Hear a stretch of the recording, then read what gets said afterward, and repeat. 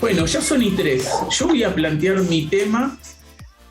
Es un tema más bien reflexivo, digamos, por así decirlo.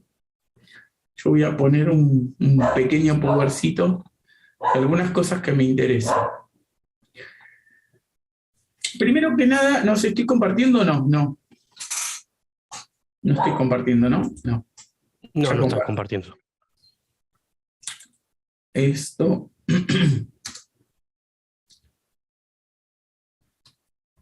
Anoté algunas cositas. Sí. Ahí está, ¿se ve? Bien. Bueno, el tema que me preocupa así de alguna manera en cuanto a lo que vamos charlando, pero a la gestión también, es un tema de ver las cosas como problema, ¿no?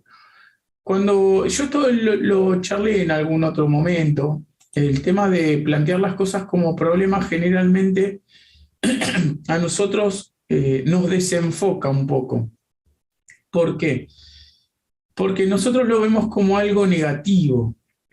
Cuando uno ve con el término problema,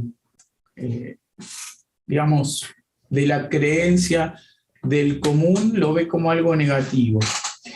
En cambio, problematizar algo, llevarlo a una problemática, tiene que ver con una postura más desde la investigación, con una postura más científica, o si no es científica, por lo menos es metodológica. Tiene un orden, tiene un método para seguir. Lo cual es interesante porque cuando yo sigo un método, estoy dando a todo el mundo siempre las mismas pautas. Marcos va a seguir esto, esto y esto. Entonces, el que te sigue ya sabe qué camino vas a seguir, cuál es tu lógica. Eso es importante porque uno no se presenta ante el otro de manera improvisada, ¿sí? Y cuando va a las pruebas de selección o a un concurso, pasa lo mismo. Es decir, uno tiene que poder ver las cosas desde el lado de la problematización, de poder cuestionar esa situación, no solo con lo que se presenta en ese momento, en esa situación, sino con cuestiones que se fueron presentando y uno no las tenía en cuenta porque eran simples evidencias que no tenían relevancia, hasta que en un momento eso explota, se manifiesta. Es como un iceberg, ¿no? Vemos la puntita, pero si empezamos a buscar, a horadar, hay algo más detrás. Por eso en las problemáticas siempre es importante tener en cuenta lo que son las causas que generaron eso, lo que fue siendo como la historia de todo esto, y las consecuencias. ¿A dónde llegamos con esa acción o inacción?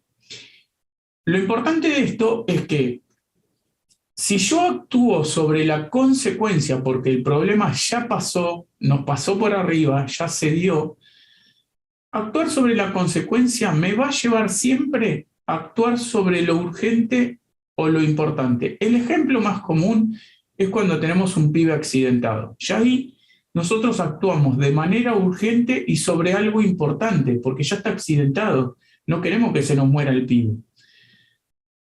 La otra forma de actuar es que yo problematice de antemano y yo vaya viendo las posibles consecuencias y estoy actuando sobre las causas. Eso no me va a llevar al accidente, yo lo voy a prevenir. Esto es lo importante de la problematización, es decir, estoy trabajando de manera proactiva y prospectiva, porque estoy mirando el futuro, y no lo veo de manera negativa. Esto es interesante para cualquier equipo de laburo, es decir, poder ver de manera positiva algo donde estamos construyendo, ¿sí? Cuando uno empieza a laburar de manera de mirar el futuro, de tener acciones que sean relevantes y preventivas, la gente sabe que está trabajando sobre algo positivo. Esto genera un muy buen clima escolar porque además genera como una autoestima colectiva desde nuestro rol de investigadores, ¿no? Que nosotros como docentes no nos vemos como investigadores. Yo a esto le puse un nombre que me gusta bastante, que a mí me surgió en una charla que tuve en una escuela, cuando una docente medio que me increpó en una sala de profesores y me preguntó, ¿usted qué es inspector? Porque se ve que me conocía de antes, de cuando yo era profesor o qué sé yo. Entonces me increpó y me dijo, ¿y usted qué piensa si un alumno nos putea?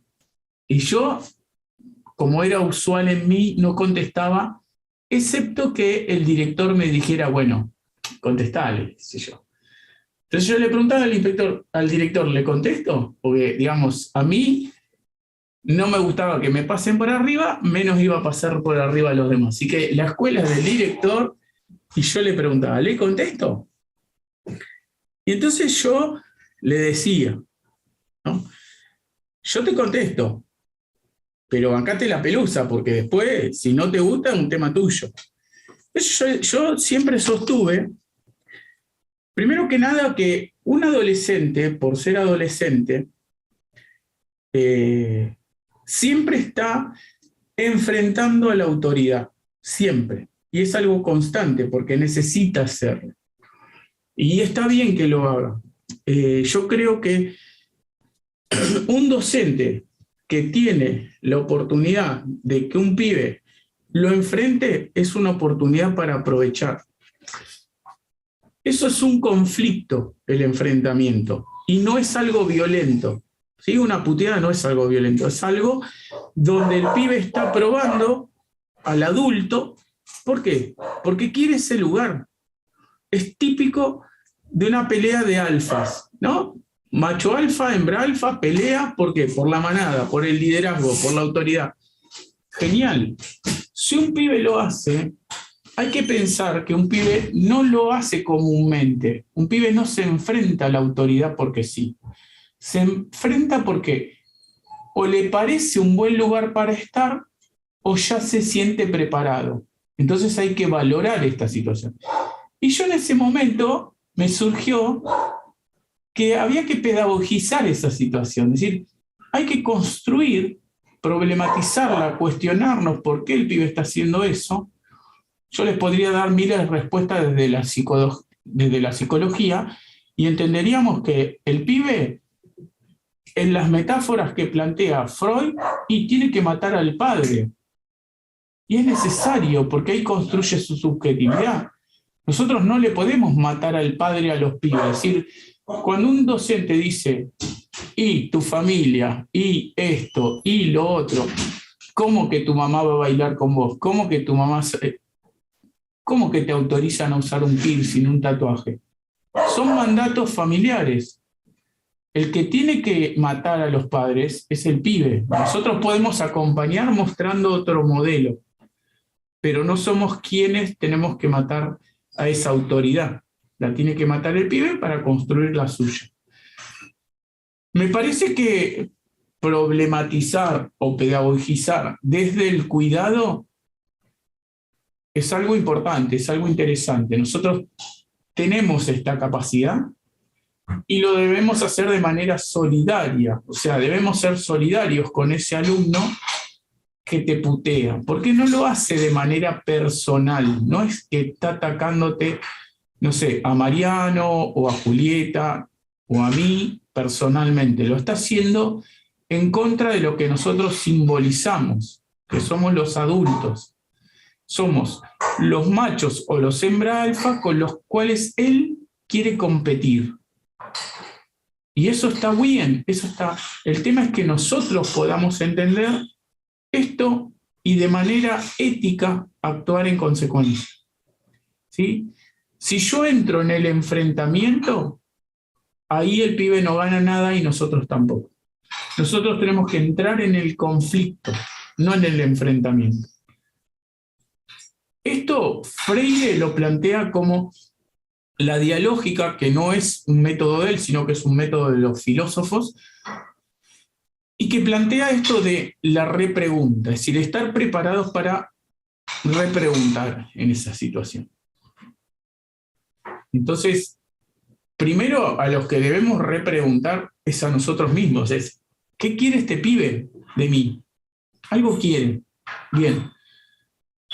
¿Cómo estoy dispuesto a esta solidaridad respecto de eso que se quiere y si yo estoy dispuesto a darlo y de qué manera? En eso empieza a haber una construcción de lo que es el laburo en equipo, porque esto se tiene que sostener o no institucionalmente. Un docente solo no puede con estas situaciones. ¿Por qué? Fíjense que el pibe puede transformar esto en algo violento porque en su propio barrio se manejan así. Empieza primero con un insulto y luego termina con una cuchillada. El tema es llevar esto a lo escolar, pedagogizarlo, es decir, ¿qué hay de beneficio o no respecto de esto? ¿Qué hay en cuanto a calidad de vida? ¿Qué hay como secuencia didáctica? ¿Qué hay de transposición didáctica? ¿Qué hay de conflicto de conocimiento?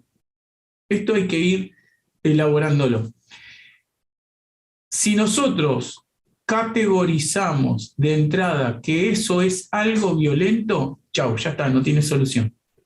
Ya está, ya no es una problematización. Se transformó en un problema. Se categorizó. Es lo que yo planteé en el video anterior de conceptualizar. Si yo lo conceptualicé, lo determiné de una manera, gracias, ya está, no puedo salir de eso. El tema es que cuando nosotros pedagogizamos, las conceptualizaciones vienen de la psicología y la pedagogía de cada etapa, nivel. No es algo determinado, es algo mucho más amplio, ¿sí? Que nos permite indagar en otros marcos teóricos. Y me parece que desde ahí está bueno el tema de problematizar una situación. De esto hay mucho para discutir porque hay que ver cómo se construyen en la institución las redes de contención de todo esto, ¿no? Si solamente estamos dispuestos a ver algo como al adolescente o al pibe como alguien violento, no hay manera de que eso se pedagogice o que se transforme en una posibilidad de seguir enseñando. Ya quedó ahí, muerto.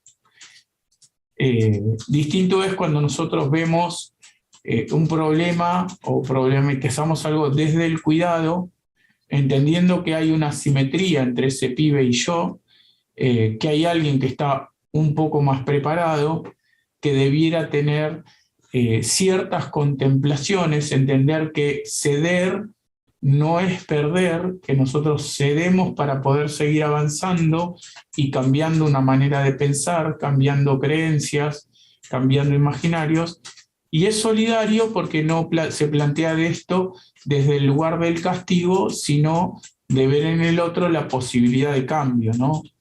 Pero bueno, ya es un laburo donde, fíjense que el cuestionamiento que dice acá viene del propio investigador. O sea, nosotros no cuestionamos al pibe, cuestionamos la situación, nos cuestionamos nosotros y a partir de ahí uno puede tener otra mirada. Pero bueno, para todo esto, para cualquiera de las dos situaciones, llámenla problematizar o pedagogizar, un punto importante que también lo vimos un poco en el video anterior, que es los criterios de decisión. Para poder tener un criterio de decisión hay que tener una clara evaluación de uno mismo, de los demás que trabajan con nosotros y de la situación. Y esta evaluación, para que sea válida, para que tenga una construcción social, si se quiere, no puede ser una evaluación de tipo calificación o clasificación. ¿Sí? Yo evalúo para ver la manera de poder modificar el proceso. Ni siquiera tiene que ver con evaluar resultados. Es una evaluación mucho más continua, mucho más dinámica, que nos lleve al cambio constantemente. Esto es interesante, sobre todo para las posturas sistémicas, ¿no? Los sistemas caóticos, los sistemas complejos, donde lo único que se sabe ciertamente es que va a cambiar, que hay cambios, ¿sí? Y siempre es una mínima partícula lo que lleva al cambio. Son modelos complejos matemáticos como el del clima. Nosotros te pronostican el clima. Sí, saliste y decís, ¿qué pasó? Y bueno, una mínima variable cambió todo el clima. No tiene que ser una variable muy grosa, es mínima, pequeña, ínfima. Y en las sociedades, en una institución, pasa eso. Son sistemas muy complejos, donde pequeñas variables, donde un mínimo insulto puede cambiar todo. Entonces, la evaluación es constante. Yo constantemente estoy evaluando y revisando. Esto es más importante que clasificar.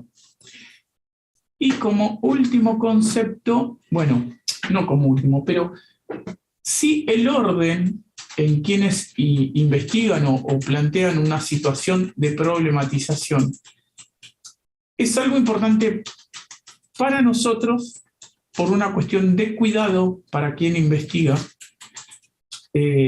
cosa de poder manejar las variables posibles y tratar de reducir lo que se llama incertidumbre, ¿no? Lo que mata a todo sistema complejo es la incertidumbre. Nosotros no tener claro algunas cuestiones y nos desubica, nos desequilibra todo el tiempo. Entonces, reducir la incertidumbre puede ser que se dé a partir de un orden, ¿sí? Tener un orden. Y ese orden no es cualquier tipo de orden, sino un orden metodológico.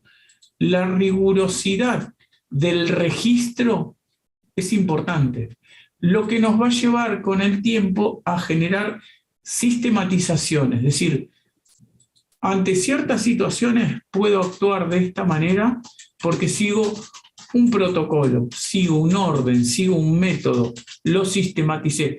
¿Me va a dar las respuestas? No, jamás un protocolo nos da respuestas, porque existen variables indeterminadas que nosotros no manejamos.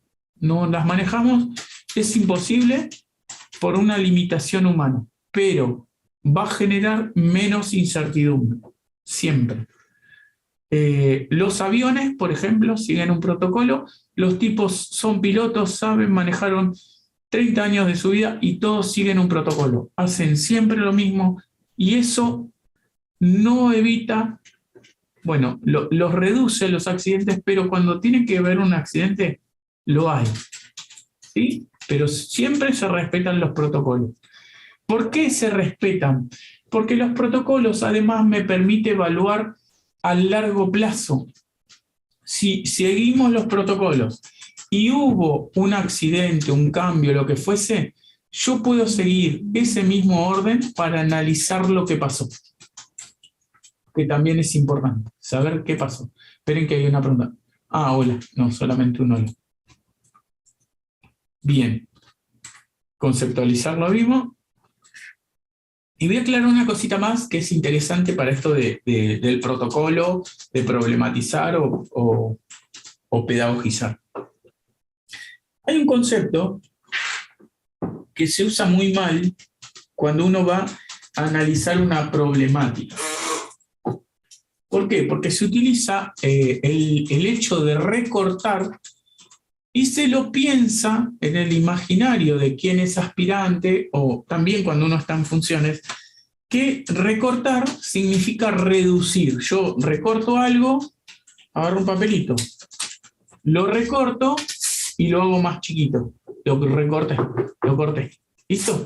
Lo hice más chiquito. Bien, no es eso el concepto. El concepto viene de la imagen o de la fotografía Y cuando ustedes pruébenlo después en un WhatsApp, una imagen de WhatsApp o una imagen de Instagram, la recortan, ¿qué pasa con esa imagen?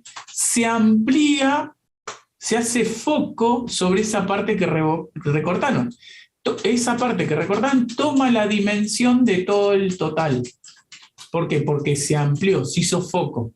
Esto también es de la fotografía, o no sé, cuando yo pongo algo en un microscopio y hago foco, esa imagen empieza a tener nitidez. La descripción es mucho más. Por eso, cuando yo voy a resolver una problemática y hago foco, lo que tengo que hacer es describir con más detalle sobre eso. Fíjense, vamos a poner en un concepto. Alto porcentaje de ausentismo. ¿Bien? Yo digo, bueno, hagamos foco, hacemos un recorte. ¿En dónde un alto porcentaje? En primer año. ¿De qué turno? Del turno tarde. Ya no miro más el turno mañana. Me fui de todo el contexto, que era toda la escuela, y me fui a un turno. Primer año del turno tarde. Ahora, ¿los pibes faltan de la misma manera en matemática que en lengua? No, hagamos foco en lengua. Y cada vez mi descripción se va ampliando. Yo no resumí lo que escribo, al contrario, escribo más que antes. Describo más que antes.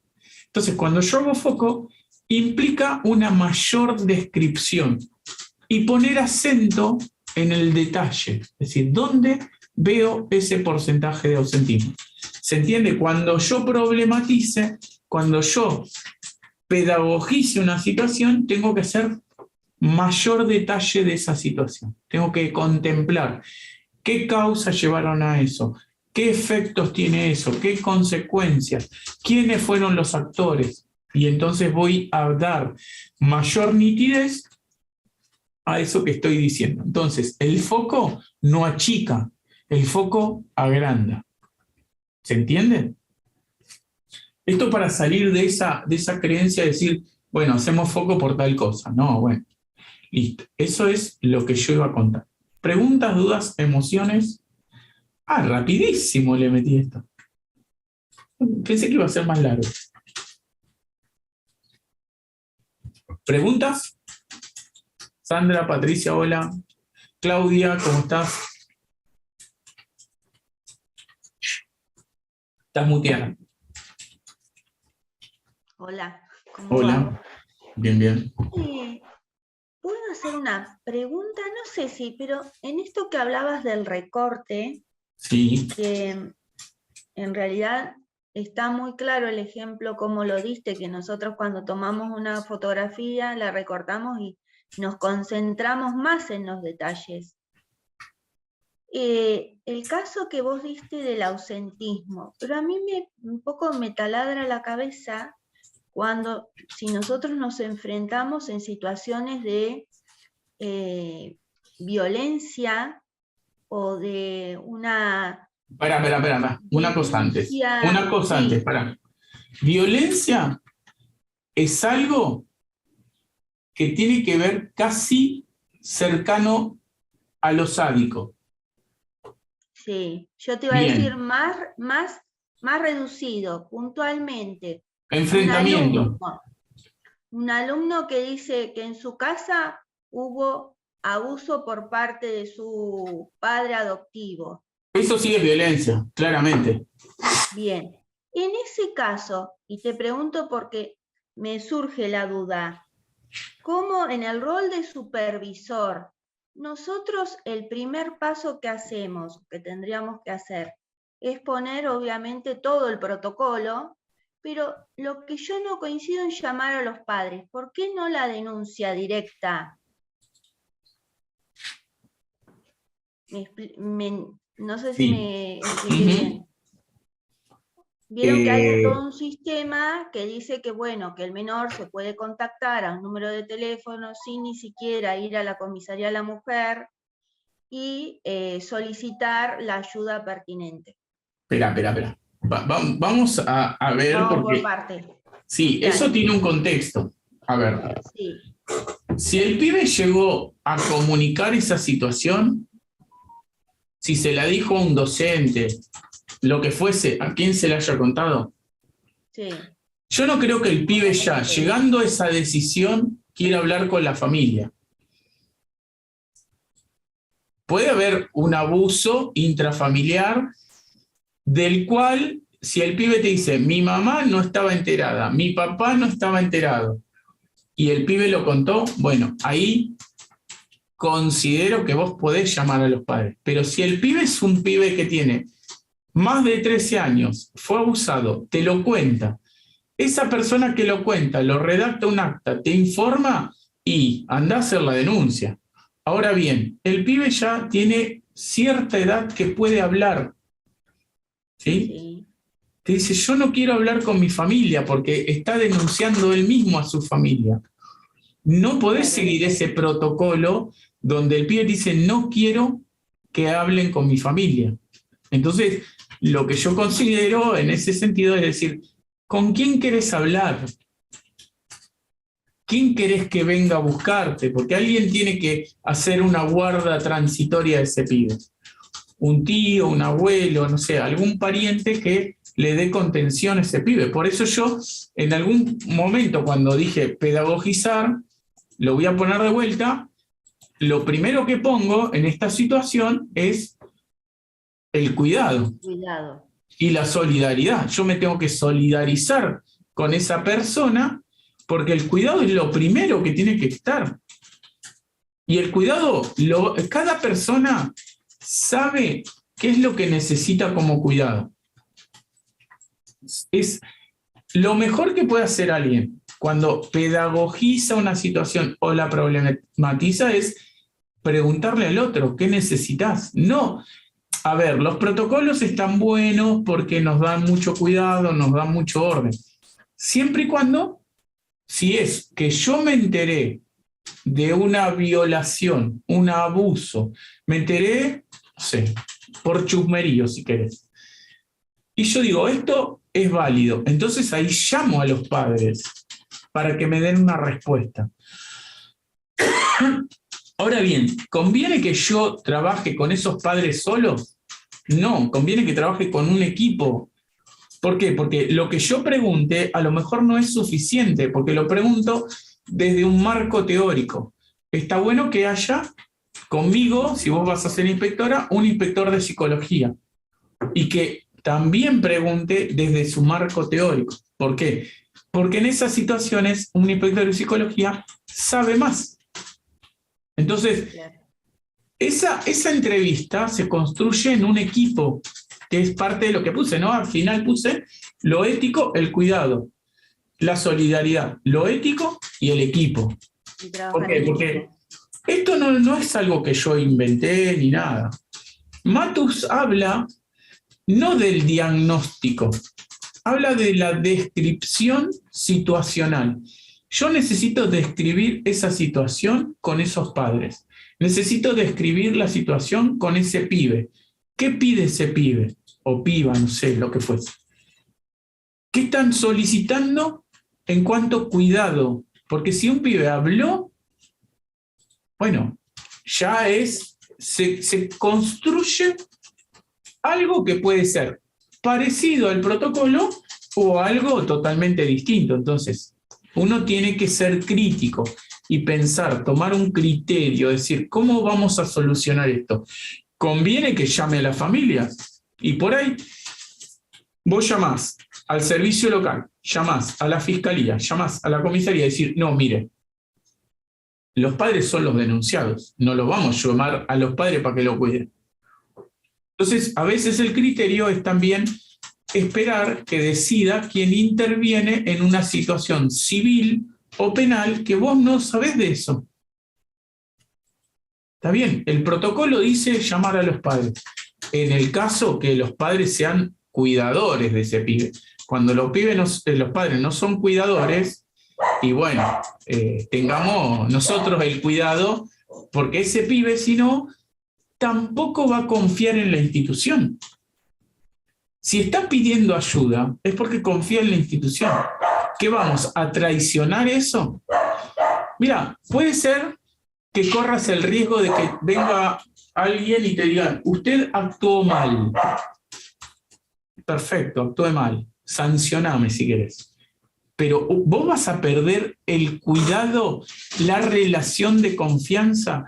la situación pedagógica que se dio entre ese alumno que confía en vos y yo digo, que te sancionen, que me sancionen y yo actúo en consecuencia de alguien se comunicó conmigo. Sí, el proteger. Por eso la ética, fíjate que, mira, yo pongo la cuestión ética ahí, mira, cuidado, solidaridad y ética. Si alguien confía en vos, no sé, no hay mucho más de qué hablar, digamos, ya está. Se jugó todo. Hay que proteger y darle el valor y el cuidado que corresponde, porque también es verdad que el menor va a sentir como que lo engañaste, o sea, confió, habló y no fueron las medidas más convenientes las adoptadas. Porque por eso, estás llamando a la familia que aparentemente, porque en eso creo que en eso hay que confiar y creerle a los chicos. Vieron que a veces como que se da como, pero no debe ser tan así, el ojo del adulto que minimiza. Pero pará. Acá no hay que creer en el chico solamente. Me parece que la cuestión ética va más con creer en vos, en cómo actúas vos, no cómo actúa el chico. Es decir, tiene que ver con cuestionarte vos, con problematizar vos como agente público. Es decir, o actúo como empleado y obedezco, o actúo como pedagogo y tengo un criterio.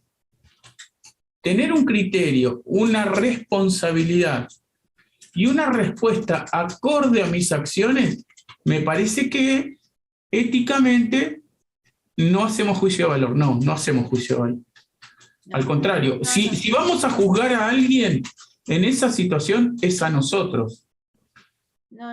Claro que sí. ¿Se entiende? Decir, el rol y la responsabilidad que a nosotros nos cabe, ¿no? Sí, ojo, porque también hay otra. Vos, desde el lugar de inspector, estás teniendo bajo tu responsabilidad lo que dijo el docente que escuchó al pibe, que también tenés que cuidarlo, porque si ese docente logró que un pibe se abra de esa manera en una situación escolar, bien, a ese docente hay que cuidarlo. A ese director que tiene ese docente y que saben comunicarse entre ellos ante estas situaciones, hay que cuidarlo. Y vos te tenés que cuidar también éticamente. Es decir, ¿estoy actuando desde el cuidado de esa persona o estoy solamente actuando desde mi lugar de empleado? Si nosotros tenemos 4 roles que cumplimos a la vez, que a veces no lo sabemos discriminar y a veces como que actúan de manera autónoma, ¿no? Somos empleados, ¿sí? Terrible lo que pasa con algunos docentes que solamente se ven a sí mismos como empleados, simples obedecedores seriales, obedecen, y quieren quedar bien. Yo los llamo de otra manera, pero bueno, no importa. Después somos agentes públicos. Tiene una carga importante ser agente público, que es cuidar el derecho de todas las personas que están cerca nuestro, familias, padres, sobre todo los alumnos, compañeros, somos trabajadores. Así que los derechos de las personas tenemos que cuidarlos como agentes. En tercer lugar, somos pedagogos. Que no nos reconozcamos como pedagogos es otro problema, ¿sí? Nos supera nuestro rol de empleados. Queremos ser el obrero de la tiza. Bueno, es un problema. Entonces, nuestro lado investigativo, problematizador, cuestionador, conflictivo desde el lugar del conocimiento queda de lado. Lo último que somos es políticos. No políticos partidarios, políticos que piensan en la calidad de vida de uno y de los demás. ¿Sí? La política piensa en el bien común, piensa en el futuro, piensa en la proyección. Considero que deberíamos dar vuelta a esta torta y ser buenos políticos, pensar en buenos futuros, buenos pedagogos para poder llegar a ese futuro, geniales agentes para poder manejar la norma que nos permita llegar a todo eso, y por último, vernos como empleados, como un simple obedecedor. ¿Sí? No que no discutamos nuestro sueldo, lo que debemos ganar, nuestra posición, no, eso no estoy diciendo eso, sino que no nos veamos como simples oprimidos, que es lo que dice Freire. Para no vernos como simples oprimidos, tenemos que replantearnos nuestro lugar de pedagogos, hacer ciencia todo el tiempo, construir conocimiento. Si yo lo planteo así, y yo veo políticamente que un pibe la está pasando mal, no hay duda de cómo voy a actuar, no va a haber dudas, porque lo considero una persona. ¿Se entiende? Entonces, es una revisión más de nuestras tripas y no de las tripas ajenas. ¿Sí? Clarito, gracias. Y ahí vamos a tener la escuela que cada uno quiere. Cada director tiene la escuela que quiere, ¿eh? O sea, uno ve y es el reflejo de ese director. No hay mucha vuelta. Vos vas a ver, recorrer la escuela, todos tienen el mismo conflicto, porque algunos te dicen, no sabés lo que pasa en mi escuela. Y lo mismo que pasa en cualquier otra. Los pibes son los pibes, son adolescentes, están en una etapa de maduración, de crisis constante. Es más, por ahí nosotros zafábamos un poco, porque nuestros referentes adultos, a los 30 años, ya eran adultos. Y estaban laburando de adultos, y vos decías, yo quiero ser como ese. Yo veía a mis profesores y yo decía, quiero ser como Edgardo Lista, mi profesor de lengua. Yo quería ser como ese. No había discusión. ¿Y quién discutía con él? Y yo discutía con él. Obvio que discutía porque yo quiero ese lugar. Te compito de acá a la China. Bueno, pero ahora anda que un adolescente compita con un tipo de 40. Si es otro adolescente. Complicado, ¿eh? No son los pibes los que están complicados, somos los adultos los que estamos complicados. Que perdemos el lugar de referentes. No porque lo perdemos, porque nos corremos. Entonces, si yo quiero poner en juego lo que plantea Freud de matar al adulto, y el pibe dice, ¿a qué adulto mato?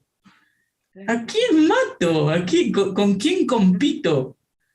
No tiene con quién competir. Claro, pero es difícil para un pibe en la actualidad ser adolescente. Yo digo, para mí, en los 80, en los 70 era más fácil ser adolescente. Mucho más fácil, porque sabías con quién competías. Y el adulto estaba ahí. El adulto pasaba los 30 y vos decís, ese viejo. Y ahora uno de 30 es un niño. Es un adolescente. Sí. Un eterno adolescente. Porque se ha estirado. Claro. Bueno, pero entonces, para algunas circunstancias, ¿no? Sí, para algunas cosas. Para algunas cosas, para otras no. Totalmente de acuerdo con que me puse esto, Mariana. Totalmente de acuerdo. Sí, cada directivo construye la escuela que quiere. Y a veces que puede, ¿no? Pero es un tema yo digo, es un tema a plantear cuando uno realmente quiere pensar en el conocimiento. Me parece que ahí también tenemos un tema a discutir.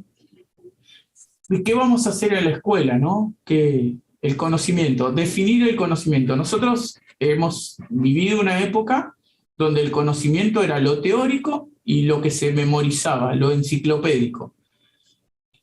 Y en la actualidad el conocimiento son muchas más cosas. No es información, porque información tenemos todo, nos metemos en Google y sacamos todo. Por ahí hay que saber filtrar nuestro conocimiento en la actualidad, es saber filtrar lo que no es fake o lo que no es falso de lo que es real como información, y ahí reside un tipo de conocimiento. Poder sacar adelante eso. Antes nadie discutía una enciclopedia venía, decía esto, chao, listo. Y uno sabía eso y listo, suficiente. Bueno, en la actualidad hay otros conocimientos. Gestionar las emociones. Y es un conocimiento que la escuela no labura. Gestionar el dinero, algo necesario en la actualidad que la escuela no lo está haciendo. Entender lo que es el poder, la escuela no lo está haciendo. Se está metiendo un poco con el género, con el sexo, un poco, como un coqueteo, porque nadie tiene muy claro algunas cosas respecto de eso. Pero bueno, póngale que hay un conocimiento ahí. El saber hacer es uno de los conocimientos que la escuela, y hasta miren, la escuela técnica también le está complicando esto del saber hacer. Antes era más claro esta situación. El conocimiento sobre los cuidados. Estamos complicados en muchas cosas del conocimiento. Cuando la escuela empieza a discutir eso, sobre para qué estamos, si estamos para repartir un bolsón de comida o para ser asistentes en una inundación o estamos para algo más, bueno, no digo, con esto no quiero decir que no seamos solidarios en eso, sí, pero no somos la respuesta a los problemas financieros, económicos y sociales del país. Somos más que eso. El tema es creérselo. ¿Sí? No somos solamente asistentes de situaciones de coyuntura. Nosotros tenemos un laburo profundo que hacer y cuando se hace bien, la escuela es reconocida. El tema es poder sostener eso en el tiempo, poder competir, y no lo digo competir solamente por cuestión de ganar, sino competir en el sentido de estar al día de lo que es el conocimiento y de cómo se procesa el conocimiento en otros espacios sociales que la escuela no los toma. Como organización, la escuela reniega de muchas cosas que todas las organizaciones de punta están haciendo y la escuela no lo hace. El hecho de valorar los perfiles que tiene la escuela y de trabajar en equipo, la escuela no lo hace. La escuela descarta los perfiles que tiene.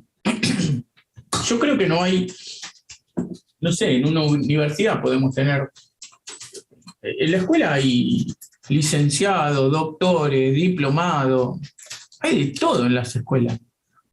¿Por qué no funciona la escuela como organización? No sé.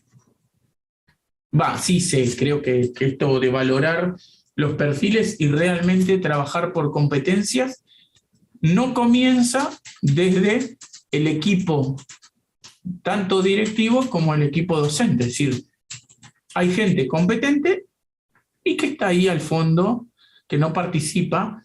¿Quiénes participan? Los amigos del director, los que lo pueden impulsar políticamente para algo, pero después los demás, los que saben, quedan descartados.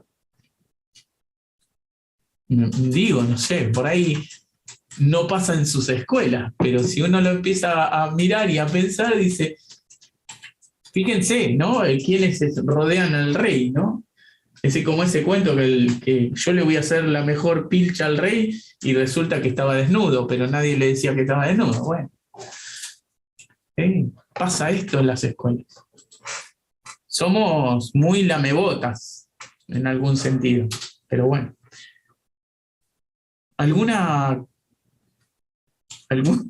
Por ahí yo estoy diciendo algo y nadie está de acuerdo y están todos callados. A veces me da miedo. Digan.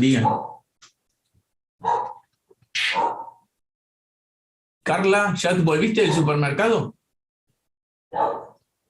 Sí, lamentablemente voy a tener que volver a escucharlo por YouTube porque me perdí y veo que está muy interesante. Muy interesante. Tengo que volver a Merlo. Me hiciste pensar en Merlo. Hace siglos. Mi hija creo que tenía 5 años. Bueno, no, 13 tenía la del medio, la última vez que fui. Mirá, no, cambió un montón. Y tiene como 26, Melina. Oh, sí. Si venís no vas a conocer nada. Me gusta... por la ruta 1 hay unas cascaditas San Ignacio, San algo. El Chorro San Ignacio tenés. Ahí está. Y después está el pueblito donde se filmó una película. Lara. De carpintería. En carpintería, seguro. No, en carpintería no, donde está el balneario. Hay un balneario. Sí, de Villa Larca para abajo. Exacto. Sí, ya sé la película. Sí. Ahora no me viene. No, pero me acuerdo. ¿Cómo? ¿Cómo era? El Balcarce. Me parece que sí. Sí. Sí, que sé que en la película sale la iglesia y todo eso. Lindo lugar. Claro, sí, que es una Lindo iglesia. Sí, hermoso. Cuando puedas, date una vuelta porque la verdad te vas a asombrar. Bueno, vamos a intentar pronto. Está bueno, está bueno. Mercedes está callada. ¿Cómo? Perdón. No, yo aproveché esta semana que estamos en receso y dije, bueno, me di una escapada para descansar. Bien. Me dijeron que hable de eso, del receso. Que no son vacaciones. Es lo que yo digo, es receso, tanto para los chicos como para nosotros. Para mí no, los chicos son vacaciones. Para los chicos son vacaciones. Y no sé si tan así decirlo, porque hay muchos que tendrían que por ahí ponerse al día con un montón de materias. Bien. Digamos, para mí, como yo digo, es un proceso de autoevaluación tanto como para ellos como para uno. Rever las planificaciones, ver qué cosas por ahí nos faltaron y ver cómo incorporarlo. Bien, pero también tenés que... No es vacaciones. Pero yo a mí me dijeron, habla de eso. Bueno, hay un tema ahí, porque no hay coherencia política muchas veces en eso. Entonces, por ahí el director quiere hacer algo en la escuela y hasta tiene el equipo docente predispuesto a hacerlo, pero desde arriba no te acompañan. Y políticamente esa escuela queda expuesta. ¿Sí? Entonces, si bien es receso, hay que ver la decisión política. Y el director tiene que ser un buen lector de esa situación, porque a lo mejor no es conveniente. ¿Tá? Desde eso van a ver que hay muchas cosas que no son posibles, no porque no estén planificadas o que no estén en los fines de la educación. No son posibles porque hay alguien en la cadena de la gestión que es el que te pone el palito en la rueda. El director puede construir equipo, puede construir consenso, pero hay alguien un poquito más arriba que lo frena. Ojo, a lo mejor no es el inspector, a lo mejor no es el jefe distrital, a lo mejor es el gremio. Y es su propio gremio, ¿no? Y entonces ahí, esas cuestiones también hay que empezar a replanteárselas. ¿Quién es el obstáculo? ¿Entiende? Esto también hay que problematizarlo, porque es al interior de algo que ese propio directivo acepta políticamente. ¿Entiende? Las variables no son solo internas de la escuela, pueden ser externas de la escuela en esos sentidos, y hay que cuidarlas. Bueno, no sé si alguien quiere preguntar algo más. Vamos a seguir adelante. Julieta hoy estuvo callada.